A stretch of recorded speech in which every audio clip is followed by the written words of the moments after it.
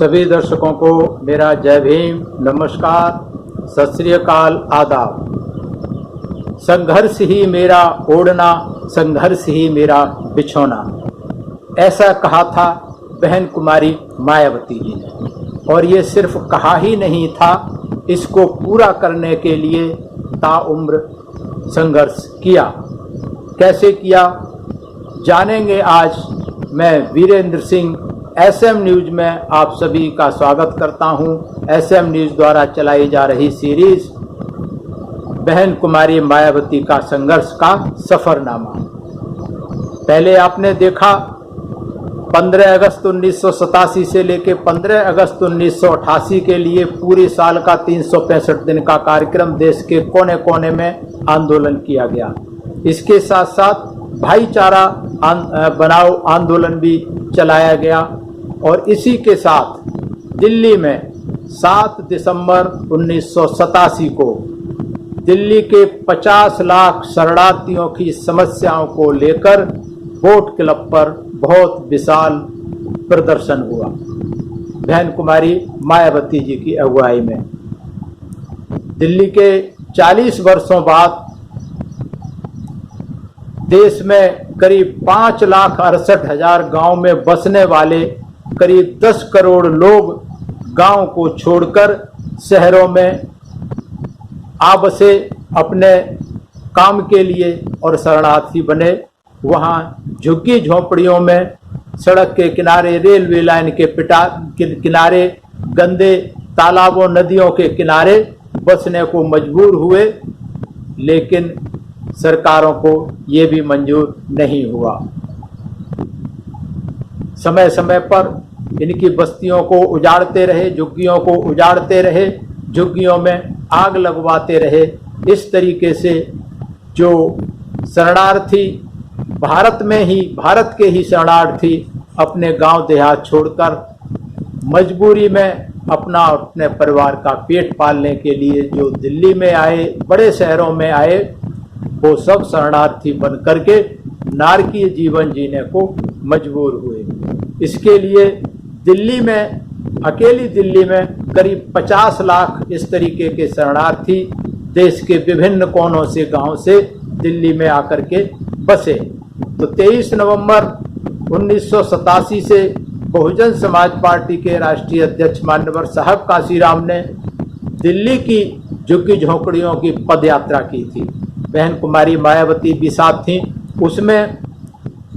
23 नवंबर 1987 से लेकर 2 दिसंबर 1987 तक दिल्ली की हर झोंपड़ बस्ती में, दिल्ली की हर झोंपड़ी की हर गली में साहब काशीराम और बहन कुमारी मायावती जी ने पैदल चल करके यहाँ जागरूकता अभियान शुरू किया।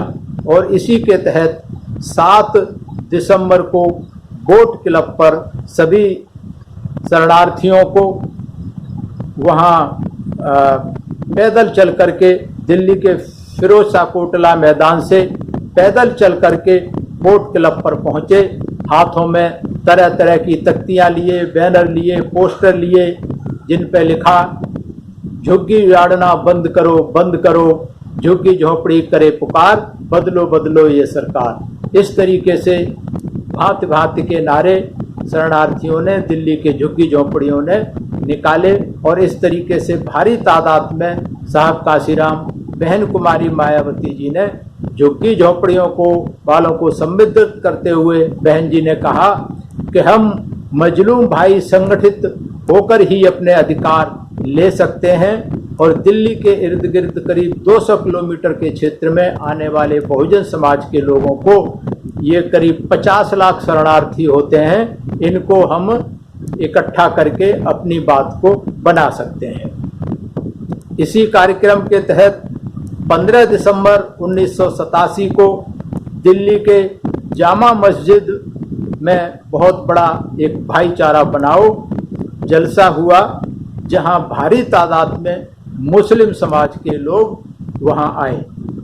वहां भी ये बताया गया बहन कुमारी मायावती ने कि 40 वर्षों की आज़ादी के बाद 85% बहुजन समाज के प्रति अपनाई जा रही छुआछूत, अन्याय, असुरक्षा, अमानवीयता, असमानता, ये सब मनुवादी सरकारों के षड्यंत्र के तहत होता है, मार्फत ये सरकारें काम को कराती हैं ताकि दबा कुचला समाज मुफलिसी में जीता रहे।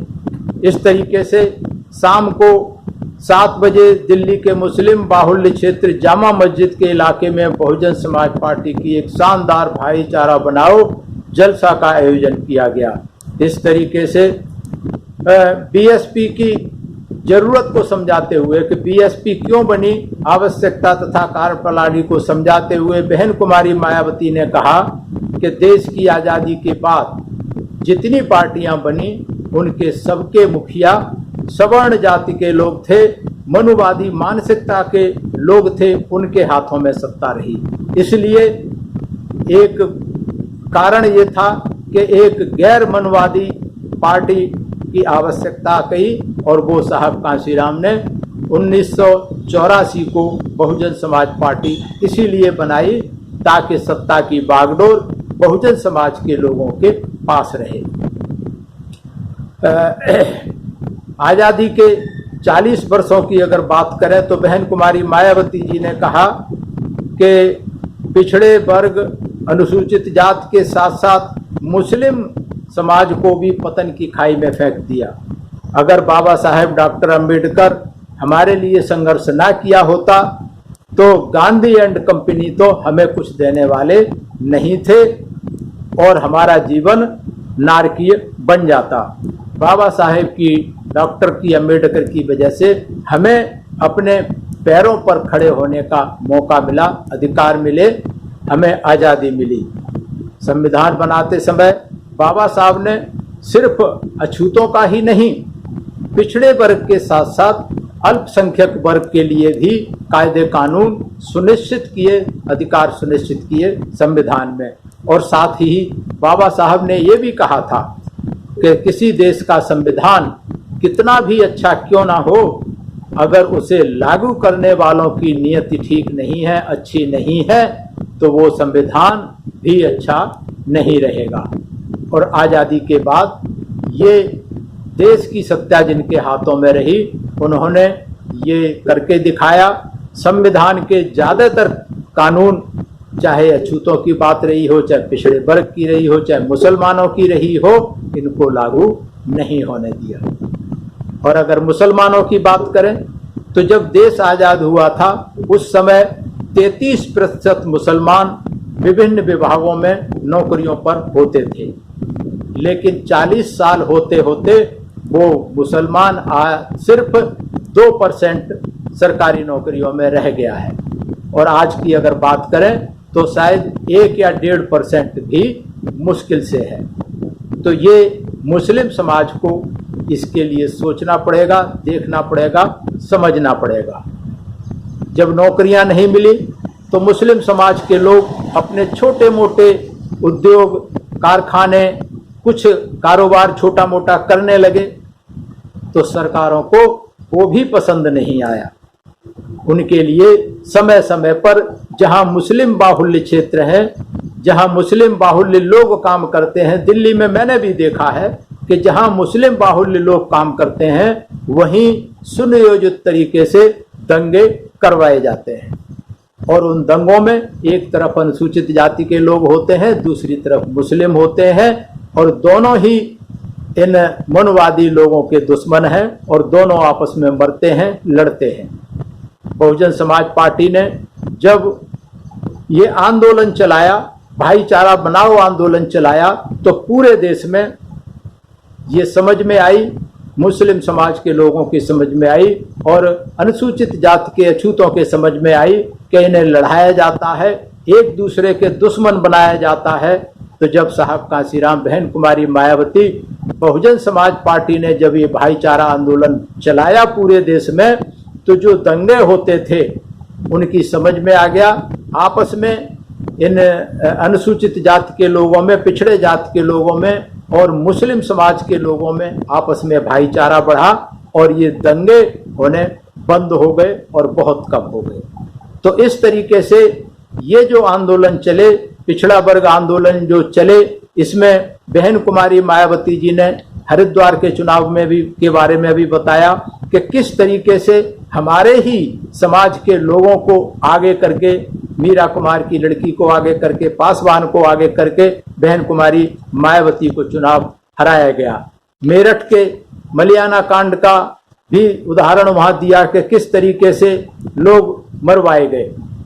बहन जी ने कहा कि साल के 365 दिन में करीब 400 दंगे ये मनवादी कराते रहते थे, तो ये खुद न आकर आपस में इन अनुसूचित जाति के लोगों और मुसलमानों को लड़ाते रहते हैं। ये चीज समझनी चाहिए और इस तरीके से आपस में भाईचारा बनना शुरू हुआ। इसी कड़ी में भाईचारा बनाओ सम्मेलन की कड़ी में 9 जून 1988 को बिजनौर में बहुत बड़ा एक भाईचारा सम्मेलन आयोजित किया गया, जिसमें साहब काशीराम भी जिसमें मौजूद थे।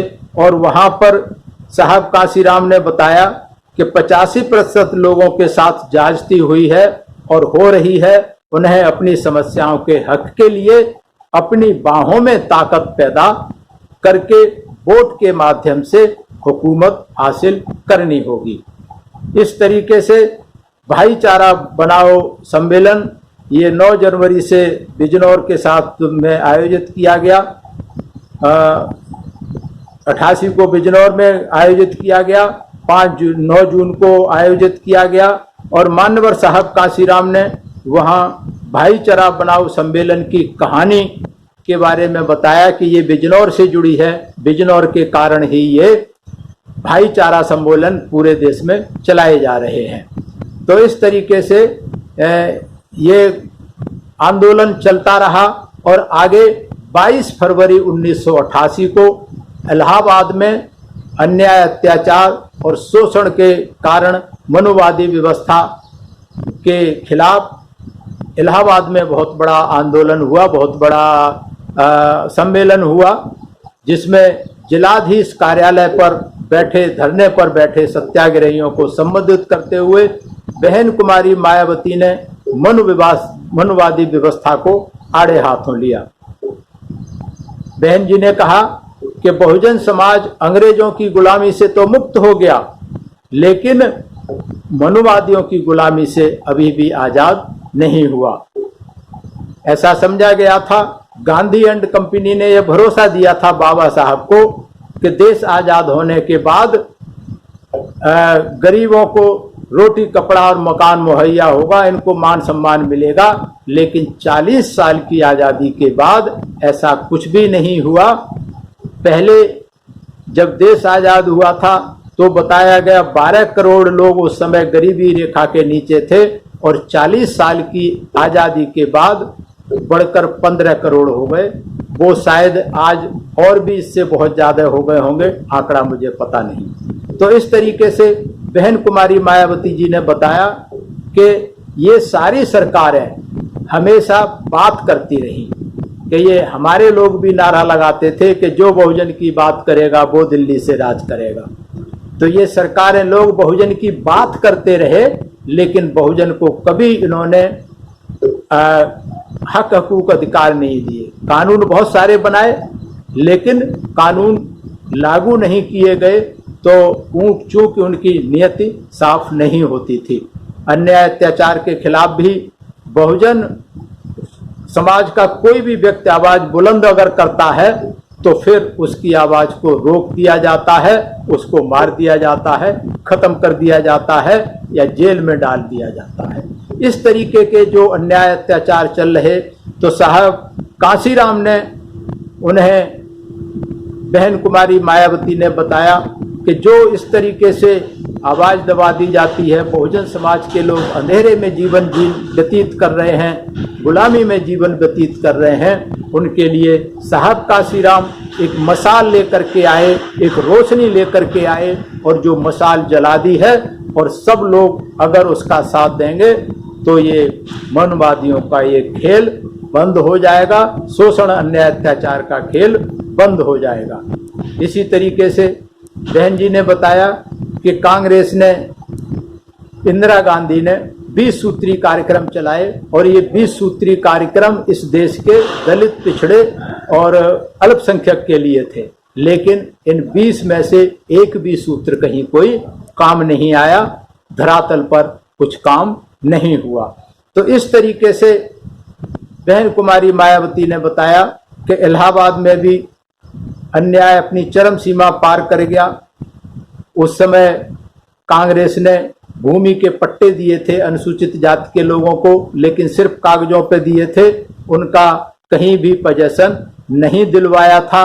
बहुत सारे ऋण अनुदान की स्कीमें बनाई गई थी 20 सूत्री कार्यक्रम में, लेकिन वो ऋण दिया तो जाता था, लेकिन 50% जो सब्सिडी होती थी वो सब्सिडी को वो बैंक के अधिकारी और सरकारी अधिकारी खा जाते थे और उनके ऊपर कर्ज हो जाता था, जिनकी 5 साल 10 साल के बाद उनकी घर की कुड़की, उनकी भैंस की कुड़की, जो उनके पास थोड़ा बहुत था उससे भी हाथ धो बैठते थे।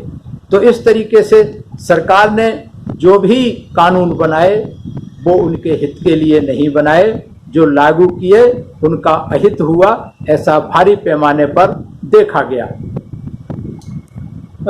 साहब कांसीराम ने बहुजन समाज पार्टी बनाकर ये जरूरत पूरी कर दी है। बहन कुमारी मायावती ने बताया कि अगर हम 85% वोट वाले लोग, हम अधिकार मांगने से नहीं मिलते, छीनने से मिलते हैं, तो 85% वोट वाले लोग अपने अधिकार मानना बंद करें और अपनी ताकत बनाएं, वोट के आधार पर अपनी पार्टी को मजबूत करें, तो अधिकार आपको मांगने की जरूरत नहीं पड़ेगी, अपने आप ही आपके लिए सारी मशीनरी काम करने लगेगी। तो इस तरीके से ये संघर्ष लगातार अनवरत जारी रहा और इसी संघर्ष के तहत मार्च 1988 में राजस्थान के झुंझुनू में बहुत बड़ा भाईचारा बनाओ सम्मेलन का आयोजन करते हुए बहन कुमारी मायावती जी ने कहा कि बहुजन समाज पार्टी का संघर्ष किसी जाति विशेष, धर्म विशेष या वर्ग विशेष से नहीं है, बल्कि बहुजन समाज पार्टी का संघर्ष इस व्यवस्था के खिलाफ है, जो गैर बराबरी की व्यवस्था है, जो मानसिक गुलामी करने की व्यवस्था है, जो षड्यंत्रकारी व्यवस्था है, उस व्यवस्था के खिलाफ है।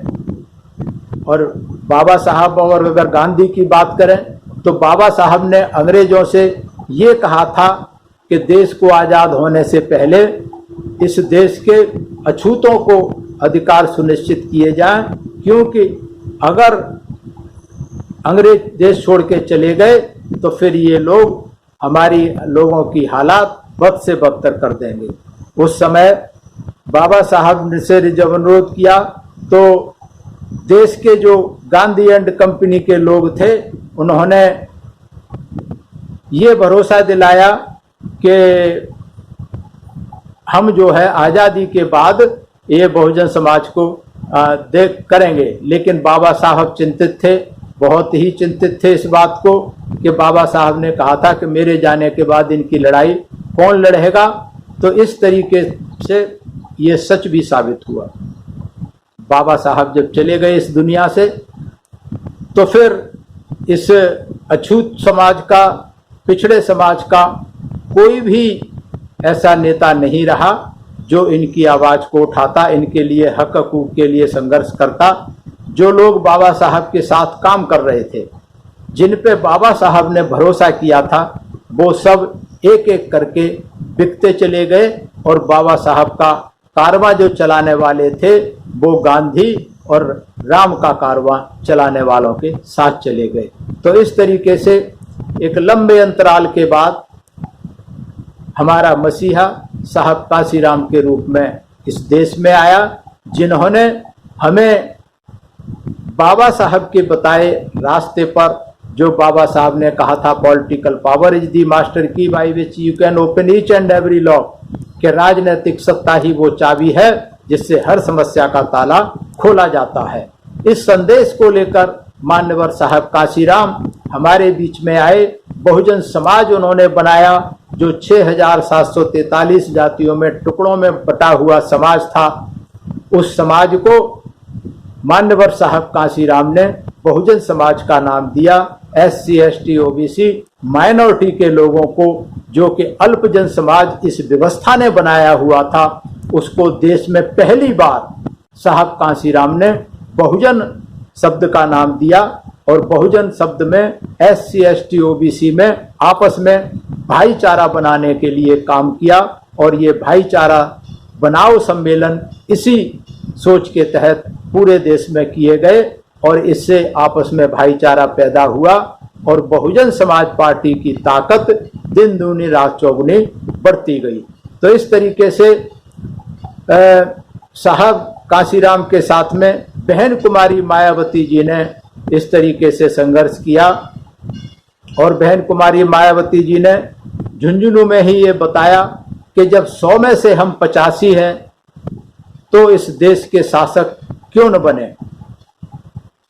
जो दूसरे कांग्रेस के शासन प्रशासन चला रहे हैं वो मात्र 15% हैं, वो हम पर राज कर रहे हैं। तो हमें जो है अपने वोट की कीमत समझनी चाहिए, वोट की सही सदुपयोग करना चाहिए और अपने वोट की कीमत से जो 85% लोग हैं, अगर 50% जिस दिन साथ में आ जाएंगे तो इस देश के प्रदेशों में और केंद्र में बहुजन समाज पार्टी की सरकार होगी। कोई दुनिया की ताकत इसको रोक नहीं सकती। आज बस इतना ही। अगली कड़ी में जारी रहेगा बहन कुमारी मायावती जी का संघर्ष। मैं सभी को धन्यवाद, SM न्यूज का धन्यवाद जो इस सीरीज को चला रहे हैं। और मेरा सभी युवाओं से निवेदन है, एक बार फिर मैं प्रतिदिन युवाओं के लिए, इस देश के युवा वर्ग के लिए, बहुजन समाज के युवा वर्ग से ये अपील करना चाहता हूं कि आजकल जो माहौल चल रहा है इस माहौल को समझें। ये सत्ताधारी पार्टियां क्या चाहती हैं, किस तरीके से युवाओं का भविष्य, बहुजन समाज के युवाओं का भविष्य बर्बाद करना चाहती हैं। और इन नए नए नेताओं के माध्यम से, ये जो नए नए नेता पैदा होकर के आ रहे हैं, ये आंदोलन की उत्तेजित की बात करते हैं, दंगा फसाद कराते हैं और उत्तेजित करके युवाओं को जेल में ठूंसने का काम कर रहे हैं। इनसे सावधान रहने की जरूरत है युवाओं को, और हमें युवाओं को खासकर जोश के साथ में होश नहीं खोना चाहिए। और बहुजन समाज पार्टी का जो इतना लंबा आंदोलन रहा है उससे सीखना चाहिए, उससे सबक लेना चाहिए, क्योंकि साहब कांशीराम और बहन कुमारी मायावती जी ने जो आंदोलन चलाया, जो संघर्ष किया, उसमें किसी का व्यक्तिगत नुकसान नहीं हुआ, कोई जेल नहीं गया, कोई किसी का कुछ भी इस तरीके का नहीं हुआ कि जिससे समाज का नुकसान हुआ हो। इसलिए हमें जो भी करना है लोकतांत्रिक तरीके से करना है। और आज की सरकारें यही चाहती हैं कि हमारा युवा वर्ग उत्तेजित हो और वो उस पर गोलियां चलाएं, लाठियां चलाएं, उन पर मुकदमे चलाएं। और इसीलिए रोज नए नए करते रहते हैं, कभी मूर्ति तोड़ देंगे, कभी दिल्ली का जो 500 साल पुराना रविदास मंदिर तोड़ दिया। और अभी अभी आपने देखा होगा बम्बई में बाबा साहब का जो राजगिरी है वहां भी तोड़फोड़ की है। और ये सिर्फ एक ही कारण से तोड़फोड़ की जा रही है कि हमारा युवा वर्ग, बहुजन समाज के लोग उत्तेजित हों और उपद्रव करें और इनको लाठियों डंडों से इनकी पिटाई की जाए और मुकदमे लगा के इनको जेल में बंद किया जाए। इसलिए सभी युवाओं को इन परिस्थितियों में सोच समझ करके काम करना है, सोच समझ के चलना है। मैं धन्यवाद करता हूं SM न्यूज का और धन्यवाद करता हूं सभी श्रोताओं का। अगर आपको ये सीरीज पसंद आ रही है तो इसको लाइक करें, SM न्यूज को लाइक करें, शेयर करें और ज़्यादा से ज़्यादा कमेंट्स के द्वारा हमारा मार्गदर्शन करें। सभी को मेरा आभार। मेरा जय भीम, नमो बुद्धाय। अगर आपने अभी तक हमारा चैनल सब्सक्राइब नहीं किया है तो सब्सक्राइब करें और घंटी का बटन बिल्कुल भी दबाना ना भूलें ताकि सभी लेटेस्ट खबरें पहुंच सकें आप पे सबसे पहले।